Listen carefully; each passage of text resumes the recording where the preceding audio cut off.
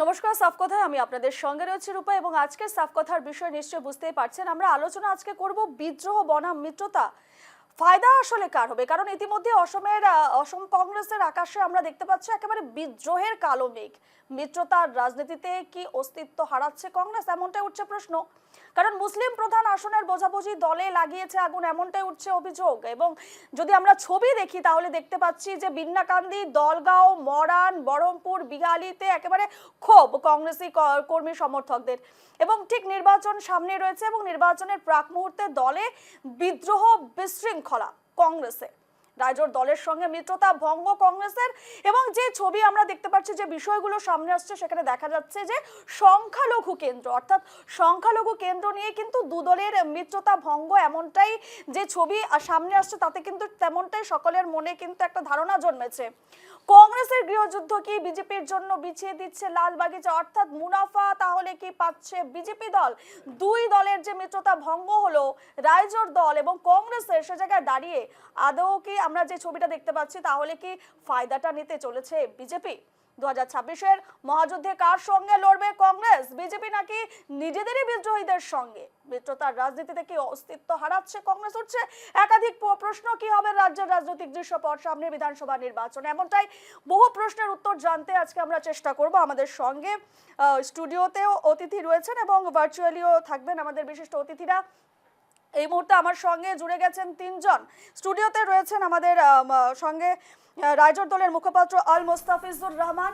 মুস্তাফিজুর, তোমাকে স্বাগত জানাচ্ছি এই মুহূর্তে আমাদের স্টুডিও। এবং ভার্চুয়ালি রয়েছেন কংগ্রেসের মুখপাত্র সঞ্জীব রায় এবং রাজনৈতিক বিশ্লেষক রয়েছেন আমাদের সঙ্গে ভার্চুয়ালি দেবপ্রসাদ আচার্য। প্রত্যেককেই আমি স্বাগত জানাচ্ছি আজকের আমাদের এই আলোচনায়।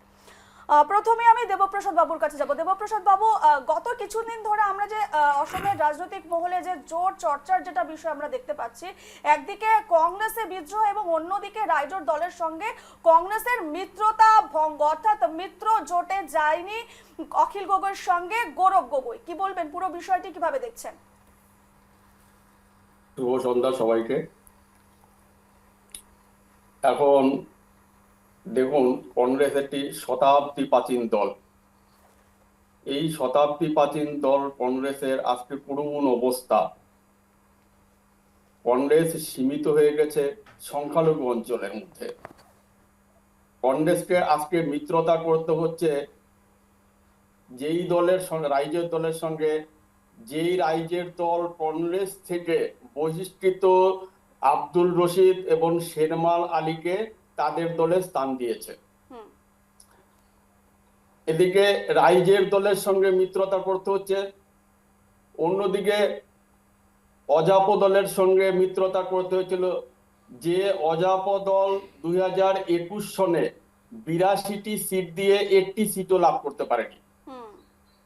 কংগ্রেসের এই করুণ অবস্থা, কংগ্রেসের ভুল নীতি এবং তোষণ নীতির জন্য কংগ্রেসের আজকের এই পরিণাম। আমরা যদি 2021 সনে যদি আমরা দেখি পরিসংখ্যানটা, একটা চিত্র যদি আমরা দেখি তাহলে দেখব আসাম জাতীয় পরিষদের এবং কংগ্রেসের ভোট ভাগাভাগির ফলেই বিজেপি বিজনি, হাজো, বহরমপুর, জোরহাট, সোনারি, ধেমাজি, দুলিয়াজান, নাহারকাটিয়া, সুদিয়া এই 9টি সিট লাভ করেছিল। অন্যদিকে এজিপি লাভ করেছিল আমগুড়িটি। রাইজের দলের ভোট ভাগাভাগি, রাইজের দল এবং কংগ্রেসের ভোট ভাগাভাগির ফলে তিয়ট সমষ্টিটি এজিপি পেয়েছিল এবং রাইজের দল ও অজাপর যৌথ ভোট ভাগাভাগির ফলে কংগ্রেসের সঙ্গে তেজপুর, দেরগাঁও পেয়েছিল এজিপি, মহামারাও পেয়েছিল বিজেপি। এই একই পরিস্থিতি এখন এইবারও তৈরি হয়েছে। গৌরব গগৈ ভিন্নাকান্দি সমষ্টিকে তিনি যে বলেছিলেন যে একটা নির্বাচনের একটা ইসেতে মিটিংয়ে, মানে সভাতে, যে এইবার কংগ্রেস প্রার্থীকে জিতাতে হবে। সেই গৌরব গগৈ এখন এই সমষ্টিটি দিয়ে দিচ্ছেন অজাপর ক্যান্ডিডেটকে। সেই জায়গায় আমরা আজকে দেখেছি দেবপ্রসাদ বাবু, আজকে কিন্তু আমরা দেখেছি বিন্নাকান্দিতে কংগ্রেস কর্মীরা একেবারে বিক্ষোভ তোলেন, এমনকি রকিবুল হোসেনের বিরুদ্ধে স্লোগান তুলতে দেখা যায়। তাদের মুখে শোনা যায় যে রকিবুল হটাও, কংগ্রেস বাঁচাও। কংগ্রেস বাঁচাও, একই সিনারি দেখেছি আমরা সরুপাথারে। সরুপাথারে কংগ্রেস কর্মীরা গৌরব গগৈকে বলেছেন যে এখানে যদি কংগ্রেস প্রার্থী দেওয়া না হয় তাহলে কংগ্রেস কর্মীরা মুন্ডন করবে। একদম একদম এই পরিস্থিতি কংগ্রেসের। সুতরাং যদি মিত্রতা না হয় তাহলে নিজেরা নিজেরা যুদ্ধ হবে।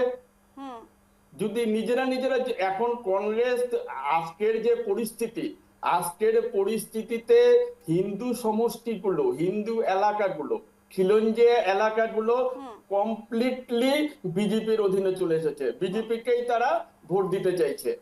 এখন কংগ্রেসের যে ভোট ব্যাংক বা ইউডিএফ এর যে ভোট ব্যাংক সেটা হলো মুসলিম অঞ্চল। ইউডিএ, অজাপ আর রাইজোর দল, এদের কিন্তু কোনো ভোট ব্যাংক নেই, এরা মুসলিম অঞ্চলেই এরা কি করবে, এরা মুসলিম অঞ্চলেই এরা ভোট নিয়ে কাড়াকাড়ি করবে, এরা নিজেরা যুদ্ধ করবে। এর ফলে সুবিধা পেয়ে যাবে বিজেপি এবং ভোট ভাগাভাগির ফলে বিজেপির সুবিধা হবে বলে আমার মনে হচ্ছে।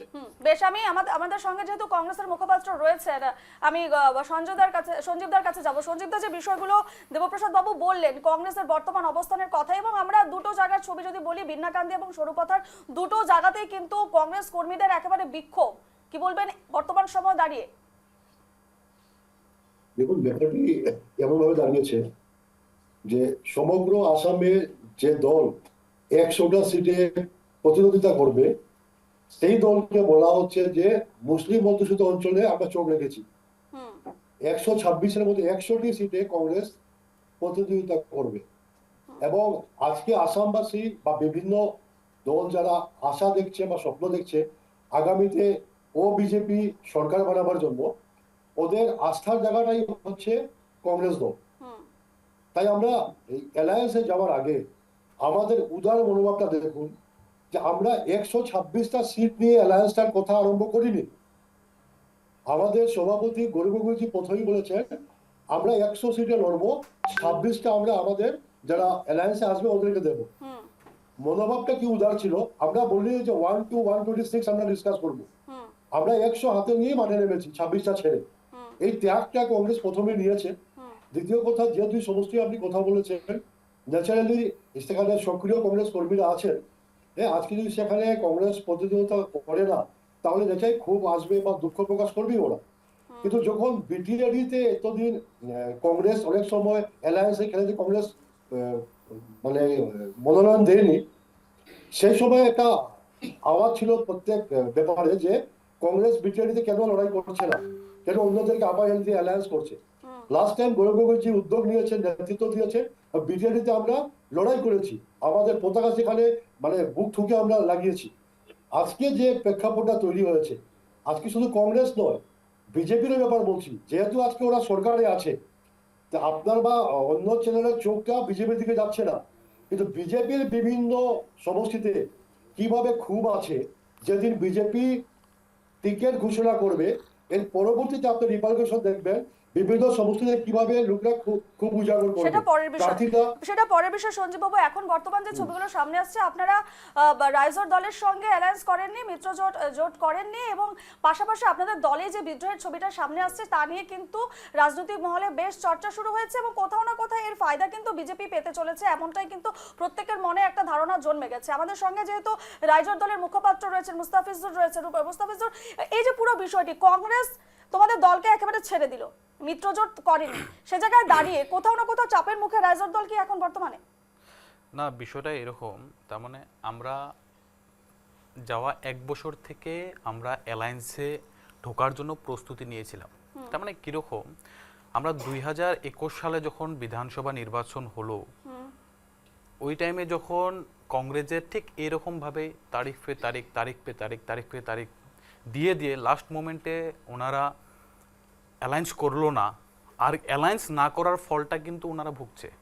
কারণ ওনারা জানে যে লাস্ট টাইম 12টা সমষ্টিতে আপার আসামে 12টা সমষ্টিতে স্পেসিফিক্যালি 12টা সমষ্টিতে 2000 থেকে 3000 ভোটে মানে পতন হয়েছে কংগ্রেসের।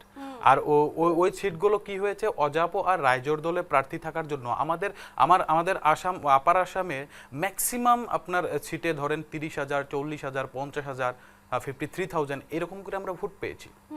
আমরা চাইতেছি যে এইবার যাতে সেই ভুলটা না হয়, আর এই ফেসিস্ট বিজেপি সরকারকে যাতে আমরা পতন করতে পারি, বিজেপিটাকে যাতে আমরা ব্রহ্মপুত্র ফেলে দিতে পারি, তার জন্য প্রস্তুতি নিয়েছিলাম। এখন পর্যন্ত মিত্রতা ভাঙেনি। আপনারা এরকম নেরেটিভ ক্রিয়েট করবেন না। আমি আশা রাখি যে মিত্রতা কিন্তু এখন পর্যন্ত ভাঙা হয়নি। ঠিক আছে, গৌরব গগৈ সাহেব উনি একটা স্টেটমেন্ট দিয়েছে যে উনার রাইজোর দলের সাথে মিত্রতার অল্প উইকনেস, আগের যেরকম শক্তি ছিল এখন ওই রকম নাই, অল্প মন ভেঙে গেছে বলে বলেছে। কিন্তু কি জন্য বললো, কোন রিজনে বললো, ওই কথাটা স্পষ্ট করেনি এখন পর্যন্ত। সেই জন্য আমরা বলতেছি আমরা এখনো আশাবাদী যে আমাদের সাথে কংগ্রেস আপনাদের সঙ্গে সিট শেয়ার করে আমরা বিজেপিকে প্রতিহত করি। আর বিজেপিকে যদি আমরা এইবার যদি মানে প্রতিহত করতে না পারি, তাহলে আসামটাকে এই ফেসিস্ট আর মানে সাম্প্রদায়িক দলটায় আসামটাকে তছনছ করে দিবে। এই কথাটা আজকের ডেটে আসামের সব জনগণই জানে। আমি আপনাদেরকে কয়েকটা তথ্য আমি বলতে চাই যে যাওয়াবার আসলে কি আমাদের কি মানে একটা ন্যারেটিভ যে ক্রিয়েট করা হইতেছে যে কংগ্রেসকে মানে বিজেপির খুব উত্থান, এই কথাটা মানে আসলে মিথ্যা কথা বলা হইতেছে এই জন্যই যে যাওয়াবার কিন্তু মানে অল আসাম বেসিস অ্যাপ্রক্স মানে আপনাদের যেটা ভোটের মানে পার্সেন্ট ছিল সেই পার্সেন্ট বিজেপি পেয়েছিল 44%, আর 59 মানে বিরোধী দলগুলো পেয়েছিল 49% কিন্তু বিরোধী পেয়েছিল।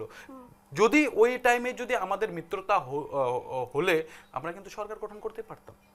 আমাদের সিট কতগুলো লাগে আজকে, বিরোধী বিজেপি 33% পেয়েছিল, অগপোয় পেয়েছিল 7%, ইউপিপিএল এ পেয়েছিল 3%, এনডিএতে পেয়েছিল 44.51%, আর কংগ্রেসে পেয়েছিল 29.67, এআইডিএফ পেয়েছিল 9%, বিপিএফ এ 3%, সিপিআইএম 0.84, সিপিআই 0.14, সিপিআইএমএল 0.14, আরজেডিতে 0.7, আর কংগ্রেস মহাজোটে পেল টোটাল কত পেল 43.54, আর ঠিক ওই রকমই মানে অজাপো পেল 3.66, আর রাইজোর দলে পেল 1.96।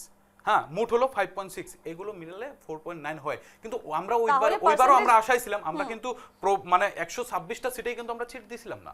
আমরা তথাপিও চেয়েছিলাম যে যাতে কংগ্রেসের সরকার গঠন হয় আর এই বিজেপি সরকারটাকে যাতে আমরা প্রতিহত করতে পারি। এইবারও ঠিক ওই রকমই আমরা কিন্তু 126টা সিটে কিন্তু আমরা মানে প্রতিদ্বন্দ্বিতা আগবড়ানোর জন্য বা প্রতিদ্বন্দ্বিতা মানে করব বলে কিন্তু আমরা কিন্তু ওইরকম ভাবে আমরা মানে প্রস্তুতি নেইনি।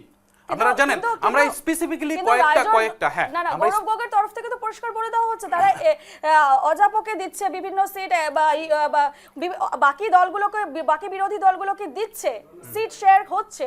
সে জায়গায় দাঁড়িয়ে দেখা গেছে এখনো যে তালিকা ঘোষণা করেছে রাইজোর দলকে কিন্তু একটাও দেয়নি। সেজন্য একটা কথা তো অসমের মানুষের কাছে একটা পরিষ্কার, অসমবাসীর কাছে পরিষ্কার যে কংগ্রেস এবং রাইজোর দলের মধ্যে একটা ফাটল ধরা দিয়েছে, ফাটল দেখা দিয়েছে, ভেঙে গেছে দুটো দলের মধ্যেকার যে সম্পর্ক বা যে সিট শেয়ারিং এর বিষয়। না এই কথাটা এরকম, তার মানে মানে মহাজোটটাকে তার মানে মিত্রতা হইতে লাগে বলে এই বস্তুটা আসামের মানে পাবলিকে চাইতেছে, আসামের জনগণে চাইতেছে যে মিত্রতা হতে লাগে আর বিজেপিকে প্রতিহত করতে লাগে। যার জন্য আমরা বলতেছি যে কংগ্রেসে যদি এই ভুলটা পুনর্বার করে তাহলে আসামে মানে অন্যরকম একটা পরিস্থিতি হয়ে যাবে। যার জন্য আমরা বলতেছি যে রাইজোর দলকে একলগে নিয়ে আমরা যদি এইবার যদি মিত্র জোটে হয়ে যদি আমরা ইলেকশন লড়তে পারি তাহলে নিশ্চিতভাবে কংগ্রেসের সরকার আসবে বা মিত্র জোটের সরকার আসবে বলে আপনারা আশাবাদী। বেশ আমাদের সঙ্গে এই মুহূর্তে হাইলাকান্দি জেলা বিজেপির আইটি কনভেনর অভ্রাংশু চৌধুরী বাবু রয়েছেন। অভ্রাংশু বাবু, স্বাগত জানাচ্ছি আমাদের আজকের আলোচনা। আপনি শুনলেন প্রত্যেকের বক্তব্য এবং কোথাও না কোথাও আমরা একদিকে যখন কংগ্রেসে বিদ্রোহীর যে বিষয়টা দেখতে পাচ্ছি, বিদ্রোহ দেখা দিচ্ছে, কংগ্রেস কর্মীরাই একেবারে সরব হয়ে উঠেছেন, প্রতিবাদ দেখাচ্ছেন, গৌরব গগৈর সামনে গিয়েও একেবারে হুঙ্কার দিচ্ছেন, এবং পাশাপাশি আমরা দেখতে পাচ্ছি রাইজোর দলের সঙ্গে মিত্রতা ভঙ্গ, অর্থাৎ সিট শেয়ারিং এ যাচ্ছে না কংগ্রেস। সে জায়গায় দাঁড়িয়ে কোথাও না কোথাও তো বিজেপি দলের একটা মুনাফা হতে চলেছে আগামী দিনে, আগামী নির্বাচনে। হ্যাঁ, নিশ্চয় হবে, কারণ আজকে আজকের দিনে যদি আপনার রাজনৈতিক পরিস্থিতি আসামে দেখেন, তাহলে দেখবেন রাইজের দল আর কংগ্রেস একটা জায়গাতেই দাঁড়িয়ে। ওদের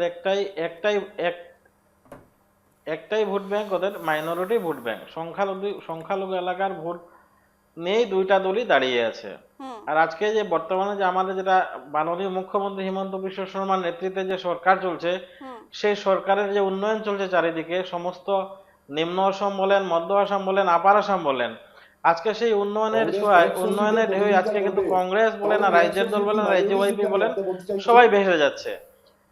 আর আরেকটা কথা এখানে খুব সুন্দর আমার দেবদা সুন্দর করে বলেছেন যে যে 18 শতাব্দীর শেষ ভাগে যে কংগ্রেস, আজকে সেই কংগ্রেসের এমন অবস্থা হয়ে গেছে যে ওরা এসে একটা আঞ্চলিকবাদ শক্তি রাইজের দল আর এজেপির সঙ্গে হাত মেলাচ্ছে। 82টা সিটে ক্যান্ডিডেট দিয়ে এজেপি একটাও সিট পায়নি, আর অখিল গগৈ শিবসাগরে একটা আবেগের মাধ্যমে একটা সিট পেয়েছে রাইজের দল। হুম আর আজকে রাইজের দল যেখানে আছে, কংগ্রেসও সেখানে আছে। আজকে বিশেষ করে আমি বরাকভ্যালি থেকে বিলংস করি, আজকে বরাকভ্যালিতে যদি রাইজের দল কোনো জায়গাতে টিকিট দেয়, তাহলে সেটা দাবি করবে আগলাপুর কাটলিছড়া, ওদের কোনো ভিত্তি নেই। কিন্তু আজকে কংগ্রেস এখান থেকে কে দেবে? কংগ্রেস দেবে। ওদের একটা হোপ আছে হাইলাকান্দির আগলাপুর কাটলিছড়া সিটে, তো সেখানে অলরেডি রাইজের দল ওদের ক্যান্ডিডেট ডিক্লেয়ার করে দিয়েছে। হুম তো আজকে এই কনফ্লিক্টটা আজকে এটা হবে, আগামীতেও হবে, কারণ ওদের কাছে কোনো ইস্যু নেই, ওদের কাছে একটাই ইস্যু যে আমরা বিজেপিকে আমরা প্রতিহত করব। কেন করব? বিজেপি সাম্প্রদায়িকতা দল। কিন্তু একটা কথা ওরা একটা বড় স্বীকার করে না যে বিজেপি আজকের দিনে যেটা করছে সেটা আজকে থেকে 15 বছর আগে ওরা কেন করলো না। আজকে আজকে আজকে চারিদিকে যে আজকে উন্নয়ন যেটা হচ্ছে, আজকে আসাম, বরাক উপত্যকা এবং ব্রহ্মপুত্র উপত্যকার যে মিলন, যেটা আজকে সাংস্কৃতিক মিলন বলেন, ঐতিহাসিক মিলন বলেন, ভাষিক মিলন বলেন, সেই মিলন কিন্তু আজকের দিনে এই সরকারে হয়েছে। হুম আমাদের পূর্ববর্তী মুখ্যমন্ত্রী সর্বানন্দ সোনোয়াল বলছেন যে বরাক ব্রহ্মপুত্র পাহাড় বইয়াম। আজকে ওদের কাছে কোনো ইস্যু নেই, আজকে একটাই কথা ওদের কাছে যে সাম্প্রদায়িকতা রাজনীতি এবং সিট ভাগাভাগিটা নিয়ে যে ওদের সঙ্গে যেটা হচ্ছে সেটা হচ্ছে রাইজের দল এবং কংগ্রেস একটা জায়গায় যে দাঁড়িয়ে আছে, সেই জায়গাটা হলো সংখ্যালঘু অধ্যুষিত অঞ্চল। হুম তো আজকে কংগ্রেস যদি ছেড়ে দেয় তাহলে রাইজের দল, আর রাইজের দল যদি ছেড়ে দেয় তাহলে কংগ্রেস। আজকে এই দ্বন্দ্বটা ওদের মধ্যে থাকবে এবং এই দ্বন্দ্বের মাধ্যমে ইলেকশন হবে না, কারণ আজকে ওদের পায়ের নিচে মাটি নেই। হুম অর্থাৎ কংগ্রেসের আসামের মানুষ ওদেরকে প্রত্যাখ্যান করেছে। অর্থাৎ কংগ্রেসের কথা বলছেন তো হ্যাঁ, অভ্রাংশু বাবু? হ্যাঁ, একেবারে কংগ্রেসের কথাই বলছি আমি। হ্যাঁ, আর কার কংগ্রেসের কথা বলবো একেবারে কংগ্রেসের মায়ের নিচে মাটি নেই এবং পাশাপাশি রাইজের দল। আজকের দিনে আজকের হ্যাঁ বলুন। রাইজের দল আর এজেপির ওদের কি কোনো অস্তিত্বই নেই আজকে। ওদের যারা 0.3% ভোট পেয়েছে গত ইলেকশনে, আজকের দিন ওরা কিভাবে আশা করে যে আজকে আমরা একটা সিট পাবো? আজকে অখিল গগৈ শিবসাগরকে হারছেন। বিরোধীরা আজকে এটাই নিশ্চিত যে বিরোধী শূন্য বিধানসভা হবে। হুম আমি সেটা নিশ্চিতভাবে বলতে পারি। কংগ্রেস, এজেপি আর রাজ্য দলের মধ্যে ভোট শেয়ারিং বা সিট শেয়ারিং নিয়ে কি হবে সেটা জানি না, কিন্তু এটা নিশ্চিত আজকে এই 26-এর বিধানসভা নির্বাচনে মুস্তাফিজুর, বিরোধী শূন্য বিধানসভা হবে হুম এবং বিজেপি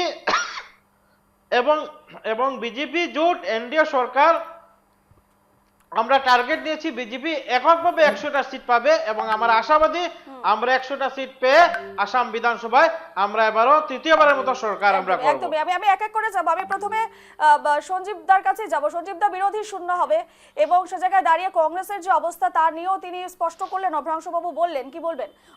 বরাকে কিন্তু কংগ্রেসের আমলে কোনো উন্নয়ন হয়নি এবং ব্রহ্মপুত্র বরাক যে সমন্বয় এখন ঘটেছে সেটাও কিন্তু সেই আমলে দেখা যায়নি, কংগ্রেস আমলে দেখা যায়নি যা এখন হচ্ছে, এবং যেমনটাই বললেন বিরোধী শূন্য হবে।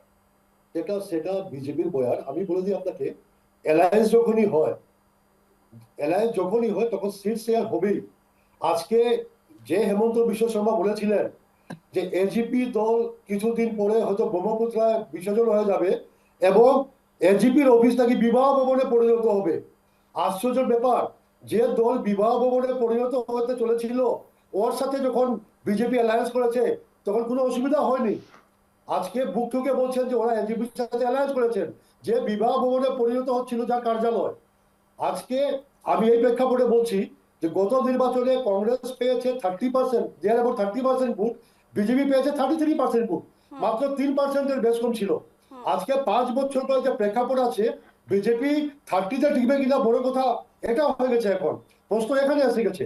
এবং কংগ্রেস কার সাথে অ্যালায়েন্স করবে করবে না, আজকে আপনাদের স্টুডিওতে বসে বলা হচ্ছে যে লাস্ট টাইম 12টা সিট কংগ্রেস এই জন্য এনেছিল যে রাজ্য দল বা বিভিন্ন দলের সাথে আমাদের সিট শেয়ার হয়নি বলে ভোট ডিভাইড হয়েছিল। এই ভোট যদি ডিভাইড না হতো, লাস্ট ইয়ার আমাদের 12 থেকে 15টা সিট বেড়ে যেত। আজকে সেই দিকে তাকিয়ে যদি কংগ্রেস এই দলগুলোর সাথে যদি ভোট শেয়ার করছে পার্সেন্টেজ অফ ভোট দেখে, তাহলে কিন্তু আমরা অপোজিশনের অসুবিধা হচ্ছে। আজকে রাজ্যের দলের সাথে যদি আমরা অ্যালায়েন্সে যাচ্ছি না, সেটাও অসুবিধা হচ্ছে। অ্যালায়েন্স যদি হয় তখন বলা হচ্ছে যে এই অ্যালায়েন্স কাজে আসবে না, কংগ্রেস মানে আগামী নির্বাচনে বিরোধী শূন্য হয়ে যাবে আসাম। এটা কিছু না, এটা একটা আতঙ্কের কথাবার্তা, ভয়ের কথাবার্তা, তারা ভীতু হয়ে কথা বলছেন। যখন বিবাহ ভবনে পরিণত দলের সাথে অ্যালায়েন্স করতে লজ্জা বেশ, হয়নি, আজকে আমরা যার সাথে অ্যালায়েন্স করছি, আমরা দায়িত্ব নিয়ে বলছি আগামীতে কংগ্রেসের নেতৃত্বে আমাদের সরকার হবে এবং যাদেরকে আমরা অ্যালায়েন্সে রাখবো ওদের সিটও বাড়বে, ওদের ভোটের পার্সেন্টেজও বাড়বে। রাইজর দল এখনো আশা করছে সঞ্জীব বাবু যে তাদের সঙ্গে সিট না, শেয়ারিং হবে। আপনারা যেভাবে আজকে প্রেক্ষাপটটা বানিয়ে দিয়েছেন যে আমাদের অ্যালায়েন্স হয়নি, সেটা আমি এখনো ডিনাই করছি। আমরা এখনো কনক্লুশনে যাইনি, যে কোনো সময় কিছু হতে পারে। যদি অ্যালায়েন্স হয় তখনও, যদি অ্যালায়েন্স না হয় তখনও কংগ্রেস দল প্রস্তুত আছে আগামীতে অবিজেপি সরকার হবে যার নেতৃত্ব দেবে কংগ্রেস দল। আমাদের সঙ্গে অতিথিরা রয়েছেন এই মুহূর্তে। আমি আমাদের সঙ্গে যে রাজনৈতিক বিশ্লেষক রয়েছেন দেবপ্রসাদ বাবুর কাছে আবারও চলে যাব। দেবপ্রসাদ বাবু, কিছুক্ষণ আপনি আগে একটি বিষয় আপনি উল্লেখ করছিলেন যে এই যে মুসলিম প্রধান আসন, সেই বোঝাবুঝির ক্ষেত্রেই কি এই কংগ্রেস দলের মধ্যে এই টানাপোড়েন, মানে বিদ্রোহ ঘোষণা, এবং পাশাপাশি রাইজর দলে, যেহেতু রাইজর দল এবং কংগ্রেস দল দুজনেই যেহেতু সংখ্যালঘু আসনের ভাগবাটোয়ারার ক্ষেত্রে একটা বিষয় রয়েছে, যেটা এই মুহূর্তে যে অভিযোগটা উঠছে, যে সমালোচনার বিষয়ে উঠেছে, এই যে সংখ্যালঘু এলাকার যে আসনগুলো, সেই আসনগুলো ভাগাভাগির ক্ষেত্রে কি দুই দলের মধ্যে ফাটল, কি মনে হচ্ছে? দেখুন, এই মুহূর্তে বিজেপি তার উন্নয়নমূলক যে সমস্ত উন্নয়নমূলক কাজ করেছে তার জন্য বিজেপির শক্তি অনেক বেড়ে গেছে আসামে। যদি আমরা কংগ্রেসের 70 বছর আর বিজেপির 10 বছর যদি আমরা একটা তুলনামূলক বিচার করি, তাহলে দেখি যে আমরা দেখুন শিক্ষাক্ষেত্রে এই বিজেপির 10 বছর আগে 6টা ইউনিভার্সিটি ছিল, আজকে 21টা ইউনিভার্সিটি। এই যে 21টা ইউনিভার্সিটি স্থাপিত হয়েছে, এই 21টা ইউনিভার্সিটিতে কিন্তু শুধু হিন্দু ছেলেমেয়েরা পড়াশোনা করছে না, এখানে মুসলমান ছেলের মেয়েরাও পড়াশোনা করছে। আজকে যাতায়াত ব্যবস্থার উন্নতি, বর্ডার থেকে গুয়াহাটিতে আসতে পুরো দিন লেগে যেত, সেখানে আজকে কয়েক ঘন্টার মধ্যে আসা যায়। এই যে সুযোগ, এই যে সুবিধা, এ কিন্তু শুধুমাত্র হিন্দুরা পাচ্ছে না, মুসলমানরাও পাচ্ছে। আপনারা একটা কথা বললে হয় না, কিন্তু আপনারা একটা কথা জানা উচিত যে আসামের এখনো বহু সংখ্যক স্কুল আছে, প্রাইমারি স্কুল আছে যে স্কুলে একজন করে টিচার, এরকম বহুত মডেল হসপিটাল আছে যে হসপিটালে একজনের থেকে দুজন করে আপনার ডাক্তার দেওয়া হয়েছে। এগুলোর কথা কোনো চিন্তা নেই। খালি রাস্তাঘাট করলে উন্নত হয় না, দেশ একটাকে উন্নত করতে হলে শিক্ষাগতভাবে স্বাস্থ্যের ক্ষেত্রে উন্নত করতে হবে। যে ক্ষেত্রে আজকের ডেটে ভারতবর্ষে আসাম, যে হিমন্ত বিশ্ব শর্মা বলেছিল যে আসামে টপ 5 একটা রাজ্যের ভিতরে করবে, কিন্তু আজকের ডেটে গোটা ভারতবর্ষের ভিতরে 26 নাম্বার পজিশনে গিয়েছে আসাম। আপনারা এগুলো কথা চর্চা করেন, মানে রাস্তাঘাট করলো, রাস্তাঘাটে যে কত কমিশনের রাজ চলতেছে এই কথাও কিন্তু বিভিন্ন সংবাদ মাধ্যমে প্রচার হইতাছে। না, রাস্তাঘাটে ডেলিভারি দেখতাম 10 বছর আগে, এখন আমরা রাস্তাঘাটে আপনাদের প্রয়াত মুখ্যমন্ত্রী তন্ময় বরাকে এসে বলে গিয়েছিলেন যে 1000 কোটি টাকার প্যাকেজ দেবেন, একটি টাকাও দেননি, সেটাও মনে রাখবেন। আর এই আসামে বিগত 70 বছর আপনারা রাজত্ব করেছিলেন, আপনারা মেডিকেলের আর শিক্ষার যে ব্যবস্থা করে রেখেছিলেন সেটা আমরা ভুলিনি। কথা বলছেন বসে এখানে বসে কথা বলছেন, 1000 কোটি টাকা মুখ্যমন্ত্রী বলেছিলেন, বরাকে দাঁড়িয়ে বলে গিয়েছিলেন, একটি টাকাও দেননি। অভ্রাংশু বাবু বলছেন যে কংগ্রেস আমলে কি বুঝেছেন? হয়েছে সেটাই বলছেন অভ্রাংশু বাবু বিজেপির হয়ে। সঞ্জীব দাকে উত্তর দিচ্ছেন, বলুন। দুর্নীতির পাহাড় ছিল গোটা উপত্যকায়। এখন বিজেপির রাস্তা ছিল না, পানীয় জল ছিল না, কতটা স্বাস্থ্য ছাত্রছাত্রীরা সেবার যে শিক্ষা দুরবস্থা ছিল, ছেড়ে আজকে শিক্ষা আপনাদের বন্ধ করে সময়ই দিয়েছে। টাকা স্কুল বন্ধ করে ব্যাঙের সাথে কতটা স্মার্ট ভর্তি করা হচ্ছে। ছিল বেসরকারি বাইরে হোম হাসপাতালগুলো, ডেলিভারি হচ্ছে, নার্সিং হোমগুলো। ওয়াইন শপ থেকে হোম ডেলিভারি হচ্ছে। আজকে সেটা সেমি ওরা উন্নতি বলে করছে। কথা বলছেন সমাজ থেকে এখানে। মানুষ হচ্ছে, ওয়াইন শপ থেকে স্বয়ং আপনাদের নিযুক্তি হচ্ছে। এর যে সুযোগ সুবিধা ওয়াইন শপ থেকে হোম ডেলিভারি দেওয়া হচ্ছে, আপনাদের স্কুল বন্ধ সরকারের করে দেওয়া আমলে হচ্ছে। এই সেটাকে আপনারা শিলচর উন্নয়ন দেখছেন। সর্বোচ্চ রাস্তা যেটা, আজকে দেখবো সমগ্র সেই আসামে রাস্তার যে দুরবস্থা ছিল, যতটা আজকে আমরা হসপিটাল চেষ্টা আছে, করছি সেটাকে আপনারা করে খালি দেওয়ার। রাস্তার কথা বললে উন্নত হয় না দাদু। আমি কি বলতেছি শুনেন, আজকে 108 এর কর্মচারী, আপনার কি কয়, শিক্ষকরা আন্দোলন করতেছে, 108 এর কর্মচারীরা আন্দোলন করতেছে, প্রত্যেক বিভাগে এগুলো আপনারা চোখে দেখেন না? প্রত্যেকটি ডিস্ট্রিক্টে এতে আধুনিক হসপিটাল আছে, আমি একবারও রাস্তা বলছি না, সুবিধা আছে। স্বাস্থ্য শিক্ষা প্রত্যেক ক্ষেত্রে বলছি আমি। প্রত্যেক আন্দোলন হচ্ছে। বলেন আসামের কেন আজকের ডেট পর্যন্ত মডেল হসপিটালগুলোতে একজন বা দুজন করে আপনার ডক্টর দেওয়া হইতেছে, ওখানে পর্যাপ্ত পরিমাণে ডক্টর কেন দেওয়া হইতেছে না, এগুলোর উত্তর দেন। কেন আজকের ডেট পর্যন্ত প্রাইমারি হায়ার সেকেন্ডারি স্কুলগুলোতে, প্রাইমারি স্কুলগুলোতে, এলপি আর এডি স্কুলে, আপার প্রাইমারি আর লয়ার প্রাইমারিতে একজন করে শিক্ষক। আপনাদের সময় কতজন ছিল? বাজে কাজ করেছে। আপনাদের সময় কতজন ছিল? আপনাদের সময় মেডিকেলের ডক্টরের সিট কতজন ছিল সেটা বলেন। আপনারা বড় বড় কথা বলছেন। যেটা স্বপ্ন ছিল, আজকে MBBS আসামে স্টুডেন্ট 2 কত লাখ, ছিল?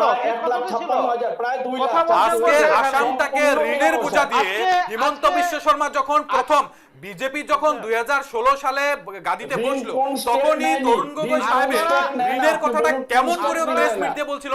আজকে কত হাজার কোটি টাকার ঋণ আসাম সরকারে নিয়েছে, এই ঋণের বোঝাগুলো আমাদের ঘাড়ে পড়তেছি না? নাই, আমরা ট্যাক্স দিতেছি, আমাদের ট্যাক্সের টাকা দিয়ে বিজেপি সরকারে এরকম ভাবে তুমকে খরচা করে এই যে আমাদের উপরে যে ঋণের বোঝা দিতেছে, আমরা আগামী 10 বছরে কি হইতে যাইতেছে দেখতেছেন না? নাই, আসাম উন্নতি করছে। এগুলো উন্নতি ব্যাপার হলো 10,000 কোটি টাকা ঋণ নিয়ে উন্নতি করতেছে। যে ঋণ নিয়ে আজকের ডেটে আমি একটা কথা বলতেছি যে আসামের শিক্ষা ব্যবস্থাকে ধ্বংস করে দিয়েছে, আসামের স্বাস্থ্য ব্যবস্থাকে ধ্বংস করে দিয়েছে। তো আসামের রাজ্যে দেখতেছি মুস্তাফিজুর একাধিক তৈরি করে মুসলমানদের দিয়ে আজকে দিয়েছে আইএমএ রাজ্য। হচ্ছে আসামে, মাটি দিয়ে মরিগাঁও, দিয়েছে। তামুলপুর, আজকে নতুন অনুপ্রবেশকারী মেডিকেল কলেজ সংখ্যা হচ্ছে, বৃদ্ধি করেছে, এডুকেট করেছে। করিমগঞ্জে মেডিকেল কলেজ হচ্ছে, প্রপোজ মেডিকেল কলেজ হাইলাকান্দিতে। ঠিক আছে, মেডিকেল কলেজ হইতেছে, IIM মেডিকেল কলেজ কলেজে হচ্ছে। প্রপার ইনফ্রাস্ট্রাকচার বুঝেছেন? প্লাস ডক্টর দেওয়া হইতেছে না, এই খবরটা আপনি আপনাদের রাখেন। সময় আমি ব্যক্তিগত আপনি রাখেন। অভিজ্ঞতা থেকে আপনি জানেন কিনা জিএমসি কে গুয়াহাটি মেডিকেল কলেজে, আপনারা শিলচর মেডিকেল কলেজে গেলে দাঁড়ানো যেত না, শুনেন, গুয়াহাটি দুর্গন্ধে মেডিকেল দাঁড়ানো যেত কলেজকে না। ডিসকোয়ালিফাই করছিল, আপনি জানেন না? নাই, কেন করছিল? পর্যাপ্ত পরিমাণে শুনেন, ডাক্তার ছিল না, মাইকে পর্যাপ্ত স্টুডিওতে পরিমাণে বসে প্রফেসর ছিল না, লম্বা লম্বা পর্যাপ্ত লেকচার পরিমাণের দেবেন না। সত্যকে স্বীকার করেন। ছিল না। বেশ দেবপ্রসাদ বাবু কিছু স্টুডিওতে বলছেন। বসে লম্বা লম্বা লেকচার এই না এই দিয়ে, এই এই স্টুডিওতে বসে লম্বা লম্বা লেকচার না দেখে গ্রাউন্ড রিপোর্টটা দেখেন। ফলে আজকে হিমন্ত বিশ্ব শর্মা আজকে উন্নয়নে বিজেপিকে আপনাদের অস্তিত্ব সংকটে আপনাদের, আজকে আপনারা অস্তিত্ব সংকটে পড়ে গেছে। আজকে চারিদিকে যেভাবে উন্নয়ন হচ্ছে, আজকে চারিদিকে যেভাবে জনগণের কল্যাণ হচ্ছে, আরে কল্যাণের নাম যেভাবে একটা দুটো প্রত্যেকটা নেন, আমরা ক্ষেত্রে শুনি। আমাদের কি এসেট কল্যাণ ভ্যালুটা হইতেছে? বাড়ছে। হ্যাঁ, আপনাদের আমাদের এসেট ভ্যালু বাড়ছে। আজকে আসামে ইনভেস্টমেন্ট বাড়ছে, এটা আমার কথা না, এশিয়াটিক ব্যাংকের কথা। ঋণের বোঝা আজকে এই সমস্ত উন্নয়নের পুরো কাজের ফলে বিজেপির যে শক্তি বেড়েছে, সেটা আমার কথা না, তার ফলে ঋণের বোঝা নেমে সেটা এসেছে এমনটা তিনি ইকোনমিক উত্তর রিভিউর কথা বলছি আমি আপনাকে। 10,000 কোটির ঋণটা 2 লাখ কোটি ঋণে পৌঁছে গেছে। বুঝেছেন? এটা কি করে এগুলো নেমে এসেছে? আজকে আপনারা যেটা বলছেন, আজকে আমাদের বিজেপির কর্মকর্তারা বা বিজেপি সরকারে ভাউতাবাজি হ্যাঁ, আসামের out of রাইজকে BJP টুপি পেনানো ছাড়া কোনো কাজ করতেছে না। এনারা খালি জানে হ্যাঁ, সাম্প্রদায়িক সংগঠন আজকে লাগানো, এনারা জানে খালি হিন্দু আজকে মুসলমান 20টা করতে, এনারা জানে খালি ট্যাগ লাগাই দিতে। ভারতবর্ষের উন্নয়নের কথা বলতে পারে না। বিজেপি এরা সরকার বহু করছে, কিন্তু সব কত মানুষ হাজার কোটি টাকা, আপনারাই শুধু চালান। কত হাজার কোটি টাকা ঋণ নিয়ে আসামটাকে ধ্বংসের পথে হাজার দিতেছে, এই কোটি। কথাটার উত্তরটা উনি দেখ। একদমই অভ্রাংশু বাবু অনেক গুরুতর অভিযোগ তুলেছেন মুস্তাফিজুর বাবু, আপনি ধ্বংসটা, হ্যাঁ ওরা বলবেন তো ধ্বংস, ওরা ধ্বংস বলবেন, কারণ আমরা কি করেছি, আমরা বটরটুপা থানের 1000 বিঘা জমি মুক্ত করেছি, আমরা ফরেস্ট ল্যান্ড মুক্ত করেছি, এটা 3000 বিঘা মাটি খিলঞ্জিয়া ভূমিপুত্র 3000 বিঘা মাটি 3000 বিঘা মাটি উচ্ছেদ করে আদানি আর আম্বানিকে কে দিয়েছে? ভূমিপুত্রের অধিকার কে দিয়েছে? 3000 বিঘা কার্বি আংলংকে 3000 বিঘা মাটি ভূমিপুত্রের অধিকার উচ্ছেদ করে দিয়েছি। আদানি আর আম্বানির নামে দেওয়া হয়েছে। ধুবড়ীতে আমরা উচ্ছেদ করা হয়েছে আদানি আর আম্বানির নামে। আমার কথা আসামের কাছে জানে না। মাটির উপরে মহামহিম সুপ্রিম কোর্ট কিন্তু আসাম মুস্তাফিজুর সরকারকে যদি তুমি অর্থাৎ প্রশ্ন দিয়েছে। রাখছো তাহলে আর অসমের অসমের বেকারত্ব তো অনেক দূর হবে মুস্তাফিজুর, এই ধরনের ইন্ডাস্ট্রি আসলে অসমে। না দেখুন এতটা যদি চিন্তা থাকতো তাহলে 5 গ্রাম পেপার মিলটা বন্ধ হতো না। 3000 বিঘা, আপনি শুনেন আমার কথাটা শুনেন, আজকে আসামের এরকম খিলঞ্জিয়া ভূমিপুত্র মানুষগুলো থাকতে জায়গা পাচ্ছে না, বাসস্থান নেই। আমাদের ভারতবর্ষ একটা গণতান্ত্রিক দেশ, সংবিধান খিলঞ্জিয়া আছে। বলতে তুমি শুনেন কাকে আমার কথাটা বোঝাচ্ছো? বলেন, আমার মুস্তাফিজুর, কথাটা শুনেন, আগে আমার তুমি কথাটা clear শুনেন। করো, খিলঞ্জিয়া বলতে ভারতবর্ষে কাকে আমরা বোঝাচ্ছো? তিনটা বস্তু, খাদ্য, বস্ত্র, বাসস্থান, বাসস্থান, একদম। এই তিনটা বস্তু ছাড়া তো আমাদের এই তিনটার যদি আমরা মৌলিক অধিকার, তার মানে এই তিনটাই যদি না থাকে তাহলে আমরা উন্নত কি করে আমরা বলি? না, বেশ। আজকে 3000 বিঘা মাটি যে উচ্ছেদ করা হয়েছে, ওখানে কত দরিদ্র লোক ছিল? হ্যাঁ, কারা ছিল ওরা? আসামের কত দরিদ্র ওরা কারা কার্বি ছিল? ছিল, এই উচ্ছেদ তারা মাটিতে তারা কারা ছিল? অবৈধভাবে ছিলেন না, তারা অবৈধভাবে বসবাস অবৈধ করছিলেন ছিল। না সেখানে। না না না একটা শুনেন, সরকারি শুনেন, জমিতে শুনেন, যদি কেউ সরকারি তারা একটা নিয়ম আছে। অবৈধভাবে আমাদের বসবাস সংবিধানে করে। বলেছে যারা এটা ভূমিহীন লোক, অবৈধ বসবাসকারী। ভূমিহীন লোকে প্রথমে উচ্ছেদ করার পূর্বে বুঝেছেন? পূর্ণ সংস্থাপন দিতে লাগবে, তারপর উচ্ছেদ আমরা করতে লাগবে। বিশ্বাস করি এক দেশ এক ঝান্ডা এক বিধান। খিলঞ্জিয়ার ভূমি যারা দখল করবে ফরেস্টের মাটি দখল সে করবে, কখনো গভর্নমেন্টের অসমিয়া মাটি দখল হতে করবে, পারে না, চরের মাটি ভারতীয় দখল হতে করবে, পারে সেই না। মাটিতে উচ্ছেদ হবে না। অবৈধভাবে যে মাটিতে যারা অবৈধভাবে বসবাস করবে এবং যারা সরকারি মাটি বছরের পর বছর দখল করেছিল সেই মাটিগুলোকে দখলমুক্ত করেছে সরকার, সে জায়গায় দাঁড়িয়ে সেই জায়গায় কারা উপকৃত হয়েছে? খিলঞ্জিয়ারাই তো উপকৃত হচ্ছে। মানে খিলঞ্জিয়া বলতে যারা স্থানীয়রা রয়েছেন, সরকার স্থানীয় মুসলমানদের বিপক্ষে আর নয়। এটা সরকার আবার- যারা অবৈধভাবে বেআইনিভাবে অনুপ্রবেশ ঘটিয়ে এই দেশের মধ্যে দিনের পর দিন বছরের পর বছর বসবাস করছে তাদের বিরুদ্ধে রয়েছে সরকার। এবং যে জায়গায় দাঁড়িয়ে অসম সরকার সিদ্ধান্ত নিতে বাধ্য হয়েছে, কারণ জনবিন্যাসের প্রভাব পড়েছে আমাদের ভারতবর্ষের এবং অসমের জনবিন্যাসের প্রভাব পড়েছে, সেটা কি আপনি এড়িয়ে যেতে পারেন তার মুস্তাফিজুর মানে বাবু? আপনি কি বলতে চাইতেছেন? তার মানে আসামে মানুষ যারা ভূমিহীন লোক, আমি একটা- যাদের ল্যান্ডলেস যাদের- পিপল, ল্যান্ডলেস পিপলকে যদি তার মানে মাটি ভূমি- দিতে লাগে না, আপনি এটা না, না। বলতেছেন তো? আপনি এটা বলতেছেন যারা তো? যারা এরা কেউ যারা ভূমিহীন না, যারা ভূমিহীন এরা না কেউ সেটা বলি। ভূমিহীন না, ওরা কেউ ভূমিহীন না। তাদের একাধিক ওরা মাটি কেউ রয়েছে, তারা ভূমিহীন অন্য না, জায়গায় ওদের মাটি নিজস্ব রয়েছে, জায়গা আছে, ওরা দখল করেছে, দখল করেছে, অন্য জায়গায় মাটি রয়েছে।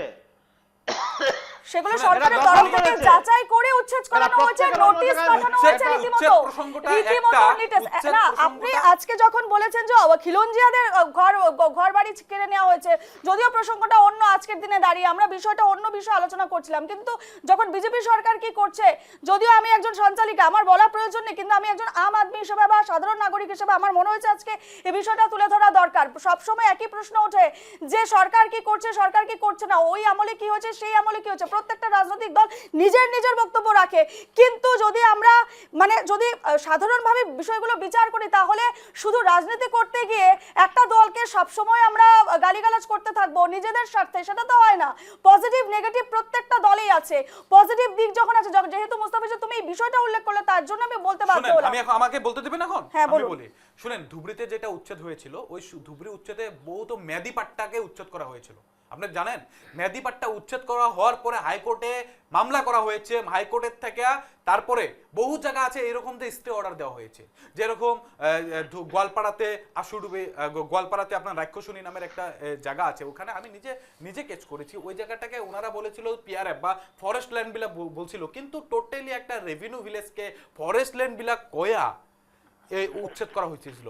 তারপরে আমি ধুবড়ির যে কথাটা বললাম, ওই ধুবড়ির ওই মেদিপাট্টা মাটিগুলোকেও ওনারা উচ্ছেদ করে আদানি আর আম্বানির নামে দেওয়া হয়েছে। কার্বি আংলংয়ে 3000 বিঘা মাটি, 3000, শুনেন, খালি হাইলাইটটা নামনি আসামে করা হয়েছে উচ্ছেদের, কিন্তু উচ্ছেদটা যে আপার আসামেও করা হয়েছে, কার্বি আংলংয়ে করা হয়েছে, ওইগুলো কথা আপনারা বলেন না। আর আপনারা বললে জমিতে যদি শুনেন একটা কথা কি, যে landless people, first of all we have to know about that, যে ল্যান্ডলেস পিপল যদি কোনবা থাকে, ভারতের সংবিধানে আমাদেরকে অধিকার দিয়েছে যে ল্যান্ডলেস পিপলে সরকারে প্রথমবারের ভাবে কি করতে লাগবে, ওনাদেরকে সংস্থাপন দিতে লাগবে, মাটি দিতে লাগবে, তারপরে ওনাদেরকে উচ্ছেদ করতে লাগবে। আমি এই প্রশ্নের উত্তর অভ্রাংশু বাবুর থেকে নেব। অভ্রাংশু বাবু, বিজেপি সরকারের তরফ থেকে কি সংস্থাপনের ব্যবস্থা করা হয়নি? বিজেপি সরকারের তরফ থেকে এটা ভারতের সংবিধানে বলে দিয়েছে যদি কোনো মুমিন থাকে সে একটা প্রসেস আছে, সেই প্রসেসে ওরা যদি ভারতীয় হয়, খিলঞ্জিয়া মানুষ হয়, ওরা যদি আদি পুরুষ ভারতবর্ষে থাকে, ওদের যদি কোনো কারণে জমি না থাকে, সেটা একটা প্রক্রিয়ার মাধ্যমে জমি দেওয়া হবে। কিন্তু ওরা যে কথাটা বলছে মেয়াদি পাট্টা, সেই মেয়াদি পাট্টাটা কবে দেওয়া হয়েছিল, সেই মেয়াদি পাট্টাটা কবে দেওয়া হয়েছিল, কখন দেওয়া হয়েছিল, সেটা বিষয়। আপনি খবর আর নেন আমি এখানে একটা মেয়াদি জিনিস পাট্টাটা আবার বলি কবে দেওয়া হয়েছিল ওটার যে উপর আপনি আমাদের কোশ্চেন সরকার করবেন নাকি? কারো মেয়াদি পাট্টা ইজ মেয়াদি পাট্টা। কবে দেওয়া হয়েছিল এটা কি প্রশ্ন হতে পারে? আমি- মেয়াদি পাট্টা হয়েছে। আমি মেয়াদি কখনো পাট্টা আমি কবে কখনো মেয়াদি পাট্টা এটা is বলছি মেয়াদি না পাট্টা। যে এই সরকার কারোর সাথে কোনো পক্ষপাতিত্ব একজন করছে, যদি জায়গা মেয়াদি পাট্টা পক্ষপাতিত্ব থাকে, করছে, আপনি কি করে পক্ষপাতিত্বমূলক প্রশ্ন করতে করছে। কি বলতেছেন এটা আপনি? কবে দেওয়া হয়েছিল? আপনি কি যে বলতেছেন? ওদেরই একজন গত ইলেকশনে মেয়াদি পাট্টা জায়গাটা আপনি ইলেকশনে কি করে প্রশ্ন করছেন? গত 21 এটা ইলেকশনে লাইভ যাদের সঙ্গে সঙ্গে এটা জোট কবে বেঁধেছিল দেওয়া সেই হয়েছিল? বদরুদ্দিন আপনি আজমল প্রশ্ন বলেছিলেন করেন। যে ডিটেনশন ক্যাম্পে সব থেকে বেশি যদি কেউ থাকে তাহলে হিন্দু বাঙালিরা আছে, হিন্দুরা আছে। আরে একটা মেয়াদি পাট্টা বুঝেছেন? জায়গা কবে দেওয়া হয়েছিল? তাহলে আজকের দিনে এই কোনো প্রশ্নের জাতির উত্তর ধর্ম দেওয়া আজকে হয়নি। একটু কিন্তু এড়িয়ে যাচ্ছি, উচ্ছেদ করা আমাদের হয়নি। আলোচনার বিষয় আজকে অন্য ভোটার তো ছিল, আজকে একদমই। ভোটার অভ্রাংশ বাবু, বিজেপির যে নেতা উজ্জ্বল বলেছে যে মেয়াদি পাট্টাটা আজকে আমি আপনার টপিকে আসছি, আমি টপিকে আসছি। অভ্রাংশু বাবু আজকে ওদের পায়ের নিচে মাটি নেই, ওদের আসামের মানুষ ওদেরকে ধিক্কার দিয়েছে, আসামের মানুষ ওদেরকে ডিনাই করেছে, যার জন্য আজকের দিনে ওরা এসে সাম্প্রদায়িকতার কথা বলছেন। আজকে ওদের পায়ের নিচে মাটি নেই, আজকে এমন জায়গা আছে ওদের ক্যান্ডিডেট নেই। ওরা শুধু একটা জিনিসই মাইনরিটি এরিয়াতে কিভাবে ভোট ব্যাংক নিয়ে ওরা 2-4টা সিট পাবে, ভোট কিভাবে ব্যাংক রাজনীতি মাইনরিটি আমরা করছি না। দিয়ে রেখে সকাল থেকে রাষ্ট্রপতি যখন মুখ্যমন্ত্রী পাবলিক ডোমেনে আসে বলছে, সেটাই করছে, সেটাই করছে কংগ্রেস। মাদ্রাসা আর মন্দির এখন যদি মসজিদ কংগ্রেস এটা বলেন, বললে আর রাইজেকার বলেন, আমরা এটার বলছি না। উদ্দেশ্য একটাই। বিরতির পর আবারও আমি দেবপ্রসাদ বাবুর কাছেই যাব। দেবপ্রসাদ বাবু, শেষ লগ্নে এসে পৌঁছে গেছি আজকে আমাদের আলোচনা, তবে শেষ একটাই প্রশ্ন আপনার কাছে রাখবো। এই যে টালমাটাল চলছে কংগ্রেস এবং রাইজোট দল, এই যে সিট শেয়ারিং নিয়ে এখন যেহেতু বিধানসভা নির্বাচন সামনে এসে গেছে এবং এই সিট শেয়ারিং নিয়ে প্রত্যেকটি দলের মধ্যে কিন্তু কম বেশি একটা টানাপোড়েন চলছে, সে জায়গায় দাঁড়িয়ে এই যে বিদ্রোহ এবং মিত্রতা, বিদ্রোহ বনাম মিত্রতা এবং ফায়দা কার, এমনটা যে প্রশ্ন উঠছে, কোথাও না কোথাও কি বিজেপি এর মুনাফা পেতে চলেছে? শেষ প্রশ্ন আপনার কাছে সংক্ষেপে। অ্যাকচুয়ালি যেটা ফ্রেন্ডশিপ, যেটা মিত্রতা, সেটা সমানে সমানে হয়। এখন কংগ্রেস দল 2021 সনে 29টা সিট পেয়েছিল, মিত্রতা করছে রাইজের দলের সঙ্গে। 2021 সনে 82টা দিয়ে 0, রাইজের দল একটা 29টাতে কন্টেস্ট করে। এখন মিত্রতার কিছু নিয়ম আছে, সেই নিয়মটা রাইজোট হলো দল কিন্তু যে এখনো আশাবাদী যে কংগ্রেস তাদের সঙ্গে মিত্রতা করবে আগামী সময়, সেটাও বলছে কংগ্রেসের তরফ থেকেও সেটা বলা হয়েছে। দুই দলই এখনো পুরোপুরি মানেনি যে মিত্রতা ভঙ্গ হচ্ছে বা সেট শেয়ারিং হচ্ছে না। তাতেও কি কোনো ফায়দা হবে কংগ্রেসের বা এই মিত্রজোট? এখন যে মিত্রজোটের যে মিত্রজোটের যে মিত্রতার যে আলোচনা, সেই আলোচনা রাইজোট দলের সভাপতি বারবার বলে দিচ্ছেন, তিনি কোনো গোপনীয়তাই রাখছেন না। মিত্রতার কিছু নিয়ম নীতি আছে, সেই নিয়ম নীতি রাইজোট দলের সভাপতি উনি বারবার উল্লঙ্ঘন করছেন। এদিকে দেখুন, রাইজোট দল আর এই অসম জাতীয়তাবাদী পরিষদ, অজাপ আপনার কথা দিয়েছেন জিয়াউর রহমানকে দেবেন আপনার বিনাগালিতে। আবার উনি বলছেন এখন রেজাউল করিম যেহেতু অজাপতে জয়েন করেছে, অজাপতে দেবেন। আবার এদিক দিয়ে রেহান চৌধুরী যে আর কি কংগ্রেসের প্রার্থী, দীর্ঘদিন ধরে উনি কংগ্রেস নিয়ে এখানে লড়াই করছেন, খাটছেন। সুতরাং এই পরিস্থিতিতে কি ধরনের মিত্রতা হবে? আজকে বিজেপির যে পরিস্থিতি, বিজেপিকে এককভাবে মোকাবিলা করার শক্তি আসামের কোন রাজনৈতিক দলের নেই। এটা একদম জল পটপট, এটা সত্যি কথা এটা। সুতরাং মিত্রতাটা খুব জরুরি ছিল, কিন্তু মিত্রতা যেটা হচ্ছে, যাদের মধ্যে মিত্রতা হচ্ছে তাদের মধ্যে দেখুন, প্রথম কংগ্রেসের যে সভাপতি, প্রাক্তন সভাপতি, উনি বিজেপিতে চলে গেলেন। বর্তমান যে সভাপতি, উনি আবার কিছু দোষী, পাকিস্তান লিঙ্কের দোষী। আবার এদিক দিয়ে আপনার অখিল গগৈ, উনি চুমা বাবা নামে খ্যাত হয়েছে। সুতরাং এই যে মিত্রতাটা যে হচ্ছে, এই মিত্রতাটা কতটা শক্তিশালী হবে এবং বিজেপিতে কিভাবে মোকাবিলা করতে পারবে তাতে আমার সন্দেহ রয়েই যাচ্ছে। রয়ে আছে। বেশ, সঞ্জীব বাবু কি বলবেন? মিত্রতা সবচেয়ে প্রথম করেও কি সম্ভব বিজেপির সঙ্গে মোকাবিলা করা? একেবারে বলে না টক্কর যেটা বলে, সমতা সমানভাবে কাটে কি টক্কর যেটা বলে, সেটা কি আমরা দেখতে পাবো নাকি বিরোধী শূন্যই হতে চলেছে? অসম, এটা তো এই প্রেক্ষাপটটা তৈরি করা হয়েছে বিরোধী শূন্য বলে। আমি বললাম লাস্ট টাইম আমাদের ভোট শেয়ার ছিল কংগ্রেসের 30%, বিজেপির 33%, জাস্ট 3% ব্যবধান ছিল। আর এই বিগত 5 বছরে বর্তমান মুখ্যমন্ত্রীর কৃপায় আজকে হয়তো এই যে 33% ছিল এটা নেমে বুঝে কিন্তু সঞ্জীব বাবু, আগেরকার পরিস্থিতি, যদি আপনার পার্সেন্টেজ আমি মেনে নিলাম, আগেরকার পরিস্থিতির এখনকার পরিস্থিতি কি একই আছে? কংগ্রেসের অবস্থা কি একই আছে? না, কংগ্রেসে যদি এক নেই তাহলে বিজেপিরও এক নেই। হ্যাঁ, এই জন্য বিজেপি বলছি তো যে দিনের আগে পর দিন 33 ছিল। শক্তিশালী হচ্ছে, আপনাদের আচ্ছা, দলেরই আমাকে বলতে দিন, আপনাদের আগে যে দলেরই 33% সিনিয়র ছিল। লিডাররাও চলে যাচ্ছে বিজেপিতে এবং আগামী দিনেও বিজেপির যাওয়ার তো সম্ভাবনা উপায় নেই না, রয়েছে। বিজেপির তো উপায় নেই। কংগ্রেস লিডার ছাড়া বিজেপি চলতে পারতে না। মুখ্যমন্ত্রী থেকে আরম্ভ করে নাম্বার 40 পর্যন্ত কংগ্রেস আছে বলেই বিজেপি চলছে। বিজেপির উপায় নেই। এই জন্য বলছি যে আমরা যেভাবে এগিয়ে যাচ্ছি অ্যালায়েন্সের দিকে, আজকে যদি রাজ্যর অ্যালায়েন্সে আমাদের সামিল হয় বা যৌথভাবে আমরা এগিয়ে যাই তাও ঠিক।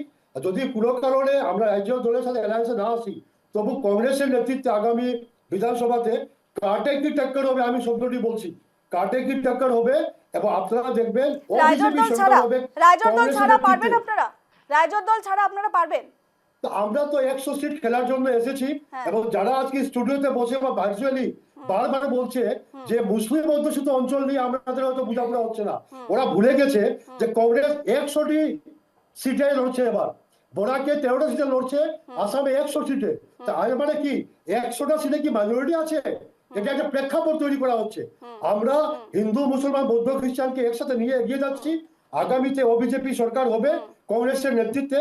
আর একটা দুঃখের সাথে একটা কথা বলে দেই, পুরো যদি আপনি 1 ঘন্টা টক শো দেখবেন, যদি আপনি অভ্রাংশু বাবু রয়েছে, অভ্রাংশু বাবু সঞ্জীবদা যেমনটাই আমাকে বললেন যে 13টা সিট দিচ্ছে এবং সে জায়গায় দাঁড়িয়ে যে সেই জায়গাগুলো অর্থাৎ 100টা সিটের কথাও তিনি বললেন, সব জায়গায় কি সংখ্যালঘু কিনা, কি বলবেন এই বিষয়ে যে চ্যালেঞ্জটা আমি ছুড়ে একটা দিলেন কথা বলে সঞ্জীব শেষ বাবু? করে দেই, আমি একটু কনক্লুড করে দেই। এই যে পুরো আলোচনাটা হয়েছে, আমি একজন কংগ্রেসের মুখপাত্র হিসেবে এসেছি। বেশ, অভ্রাংশু বাবু আরেকটু বলবেন, অভ্রাংশু বাবু আরেকটু বলবেন সঞ্জীব বাবু, ঠিক আছে বলুন। আমি বলছি যে এই ব্যাপারে আজকে যে টক শোটা হচ্ছে যে সাবজেক্ট নিয়ে, আমি একজন কংগ্রেসের মুখপাত্র হিসেবে এসেছি এবং কংগ্রেসের অ্যালায়েন্স নিয়ে কথা হচ্ছে। আপনি যখন টোটাল এই ম্যাপটা দেখবেন, রোড ম্যাপটা আজকে 1 ঘন্টার মধ্যে হয়তো আমাকে 3 মিনিট বলতে দেওয়া হয়েছে। তাহলে যদি আমি 1 ঘন্টার সাথে একজন কংগ্রেসের মুখপাত্র হয়ে যদি 3 মিনিট বলার সুযোগ পাই, তাহলে আমি কি বলতে পারবো বা আমার যে কথাগুলো কিভাবে প্লেস করতে পারবো।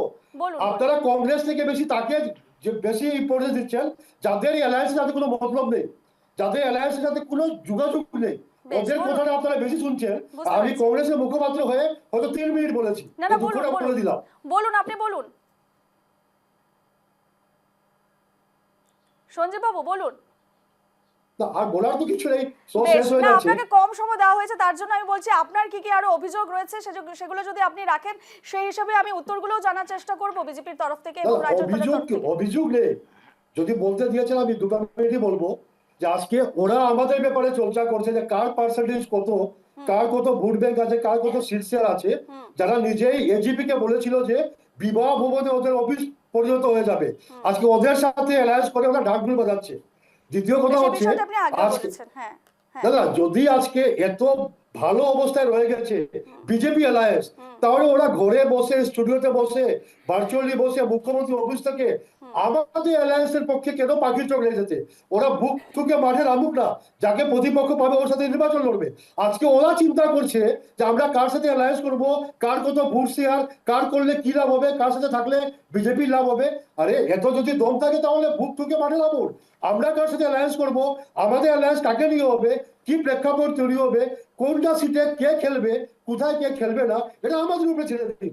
এত যদি দম থাকে তাহলে আমাদের অ্যালায়েন্সের উপরে সমগ্র আসামের বিজেপি কেন পাখির চোখ রেখে বসে আছে? এই প্রশ্নটা আমার রয়ে গেল আপনাদের কাছে। আপনারা যেহেতু বিরোধী দলের একটা জায়গায় রয়েছেন, সে জায়গায় দাঁড়িয়ে এইগুলো বিষয় তো দাদা, সামনে আপনারা আসা বলছেন স্বাভাবিক। বিরোধী শূন্য হয়ে গেছে। যদি বিরোধী শূন্য হয়ে গেছে তাহলে স্টুডিও থেকে আরম্ভ করে দেখুন সচিববাবু, মুখ্যমন্ত্রী নির্বাচনের আগে কার্যালয় অনেক পর্যন্ত অনেক সবের বিষয় উঠে চোখটা আসবে। কংগ্রেসের দিকে কেন আছে? একদমই। বিজেপি যদি ভাবছে আমাদেরকে বিরোধী শূন্য ভাবছে, তাহলে আমাদের উপরে চোখটা কেন রাখছে? তারা অনায়াসে 120 সিট দিয়ে সরকার বানিয়ে দিক না। বেশ। ভয়টা আছে আগামী নির্বাচনে কি হবে। মুখ্যমন্ত্রী থেকে আরম্ভ করে প্রত্যেক নেতা পাঠিয়ে জানেন ভয় কোথায় আছে আর কারণটা কি আছে, যে ওরা আজকে আমাদের উপরে চোখ রেখেছে। বিষয়গুলো সামনে রাখছিলেন, ছোট্ট করে উত্তর চাইবো কারণ সময় একদম নেই হাতে। আমার ওনাদের প্রতি আমার শুভকামনা। আর দেবপ্রসাদ বাবু যেটা আপনি বলেছেন, যে মিত্রতার কিছু নিয়ম থাকে, মিত্রতা কিভাবে হয় না হয় সেটারও কিছু বিষয় থাকে। আর ওদের ব্যাপারে আমি এটাই বলবো যে ওদের সম্পর্কে আমরা আগেও দেখেছি, কংগ্রেসের বিহার দেখেছি, মহারাষ্ট্র দেখেছি, এবার আসামের মানুষ আসামটাকে দেখবে। আর যখন মিত্রতা হয়, যখন রাজনৈতিকভাবে কোনো দলের সাথে কোনো দলের কোনো মিত্রতা হয়, তখন সেটাকে বলে জেন্টলম্যান এগ্রিমেন্ট বলে সেটাকে, এবং পদ এবং গোপনীয়তার কিছু নিয়ম থাকে। কিন্তু আজকে রাইজের দলের নেতা যেভাবে এগুলো কথা মার্কেটে বাইরে এসে মিডিয়ার সামনে বলছেন, তাহলে কংগ্রেস কি করবে না করবে সেটা কংগ্রেসের ব্যাপার। আর আজকে এটাই নিশ্চিত যে আসামের মানুষ, আসামের সর্বস্তরের মানুষ বিজেপির সাথে আছে, আমাদের সাথে আছে। আমরা মানুষের উন্নয়নের করেছি বিগত 10 বছরে, আমরা মানুষের পাশে থেকেছি, আমরা খিলঞ্জিয়া মানুষের পাশে থেকেছি, আমরা খিলঞ্জিয়া মানুষের দাবিগুলো আমরা পূরণ করতে পেরেছি। আমরা জনজাতি উপজাতি প্রত্যেকটা স্তরের মানুষের কাজ করেছি, শিক্ষা সংস্কৃতি ঐতিহ্য নিয়ে কাজ করেছি, আমরা ওদের স্বীকৃতি দিয়েছি, যার জন্য আসামের মানুষ আজকে আমাদেরকে চাইছে। আমরা নিশ্চিত আমরা 100টা সিটে ইলেকশন খেলবো বিজেপি এককভাবে, এবং আমরা বাকিগুলো আমরা জোটের মাধ্যমে দেব। আমি নিশ্চিত আমরা এবার একটা ভালো বিরোধী শূন্য বিধানসভা হবে, এবং আমরা আসামের মানুষের সেবার সুযোগ আবার আমাদেরকে মানুষ দেবে। একদম। আমি মুস্তাফিজুর কাছে শেষবারের মতন আসছি। মুস্তাফিজুর, যেহেতু মিত্রতা আপাতত আমরা যে ছবিটা দেখতে পাচ্ছি, কংগ্রেস কিন্তু এখনো ঘোষণা করেনি তোমাদের সঙ্গে বা তোমাদের দলের সঙ্গে মিত্রতার বিষয়টি, সে জায়গায় দাঁড়িয়ে ফায়দা কি বিজেপির হবে আগামী দিনে, বা তোমরা ঠিক তোমাদের দলের কি স্ট্র্যাটেজি রয়েছে আগামী দিনগুলোতে? কোনো দিনই না মিত্রতা হচ্ছে, আপনারা নিশ্চিত থাকুন মিত্রতা হচ্ছে। আরেকটা সঙ্গে সঙ্গে আমি আরেকটা কথা বলতে চাইতেছি যে কংগ্রেস আর রাইজর দল আর অজাপর মিত্রতা নিয়ে আপনারা যতটুক হইচই করতেছেন, ঠিক অতটুক হইচই যদি এজিপি আর বিজেপির মিত্রতা নিয়ে করতেন তাহলে ভালো হতো। কারণ আজকের ডেটে এজিপির কি পরিস্থিতি, এজিপিকে কি কেমন অবস্থায় নিয়ে গিয়েছে বিজেপি, আপনারা এই কথাটা জানেন? মানে বিহপুরিয়াতে এরকম হয়ে গেছে যে বিজেপির কর্মকর্তারা মারামারি পর্যন্ত করতেছে। এগুলো কথা আপনারা হাইলাইট করেন না, এগুলো কথা নিয়ে আপনারা টকশো করেন না। আজকে এজিপির নলবাড়ির ওই সাইড দিয়ে এজিপির রাজেন গোহাই যে মানে বিজেপির থেকে মানে আপনার রিজাইন দিল, তারপরে এজিপির কত লোকে স্টেটমেন্ট দিয়েছে যে আমাদের সাথে আমরা বিজেপির ইনস্ট্রাকশনে আমরা চলবো না, আমরা ছিড় দিব, আমরা আমাদের মতো আমরা ছিড় দিব, অ্যালায়েন্সে থাকলেও আমাদের মতো আমাদের মানে স্যাটিসফাইড ভাবে আমাদেরকে ছিড় দিতে লাগবে। এগুলো কথা ডিসকাশন হয় না। বিজেপির যতগুলো অন্তগন্দল ভিতরে ভিতরে যতগুলো মানে হইচই হইতেছে, ওনাদের মাঝে যত কাজ মানে ঝগড়া হইতেছে, ওই কথাগুলো মিডিয়ায় প্রকাশ পাইতেছে না। কারণ আপনারা সবাই জানেন যে বিজেপির মুখ্যমন্ত্রী সাহেবের কিছু কিছু সংবাদ মাধ্যম আছে, ওনাদের নিজের সংবাদ মাধ্যম, যে ওই সংবাদ মাধ্যম আপনি এভাবে মুস্তাফিজুর তুমি ডাইরেক্টলি সংবাদ মাধ্যমকে চার্জ করা যাবে না, কারণ সংবাদ মাধ্যম যা ঘটে তাই তুলে ধরে। শুধু একটা সংবাদ মাধ্যম নয়, অসমে একাধিক সংবাদ মাধ্যম আছে। সেগুলোতে বিজেপির বিদ্রোহের খবর কোথায় এসেছে ইদানিং কালে? তুমি আমাকে দেখাও, একটা উদাহরণ দেখাও যে অমুক চ্যানেলে অমুক জিনিস দেখিয়েছে। বিজেপির বিদ্রোহের খবর এখন পর্যন্ত কোন চ্যানেল প্রকাশ করেছে? না, বিজেপির বিপুরিয়াতে যেরকম ভাবে মারামারি হইতেছে,